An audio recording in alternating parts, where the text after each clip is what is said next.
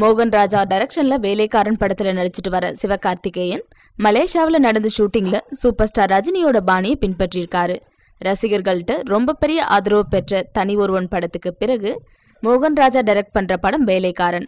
இதுல சிவகார்த்திகேயன், நயன்தாரா, பகத் பாசில், பிரகாஷ் ராஜ், ஸ்னேகா உட்பட பலர் நடிச்சிருக்காங்க. இதோட முதல் கட்ட படப்பிடிப்பு சென்னையில நடந்துச்சு. 2ஆம் கட்ட படப்பிடிப்பு மலேசியாவில் நடந்தது. ஏப்ரல் 25 ஆரம்பிச்ச இந்த படத்தோட ஷூட்டிங் 25 நாளைக்கு மேல நடந்து முடிஞ்சிருக்கு.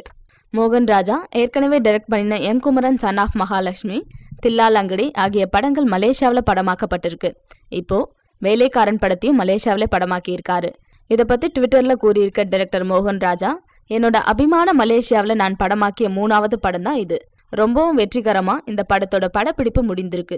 இங்க எப்பவும் மாதிரி அன்பான உபசரிப்பு, அன்பு தமிழ் மக்களுக்கு என்னோட நன்றின்னு தெரிவிச்சிருக்காரு. இதற்கிடையே சூப்பர் ஸ்டார் ரஜினி பாணியில சிவகார்த்திகேயன் மலேசியாவில் இருக்க அவரோட ரசிகர் மன்றத்தினரை சந்திச்சு அவங்க குடும்பத்தோடு வந்து அவரோட போட்டோ எடுத்துக்கிட்டாங்க. இது இணையதளங்களில் வெளியாகி வந்துட்டு இருக்கு. Thanks for watching. Please like and share. Don't forget to subscribe us.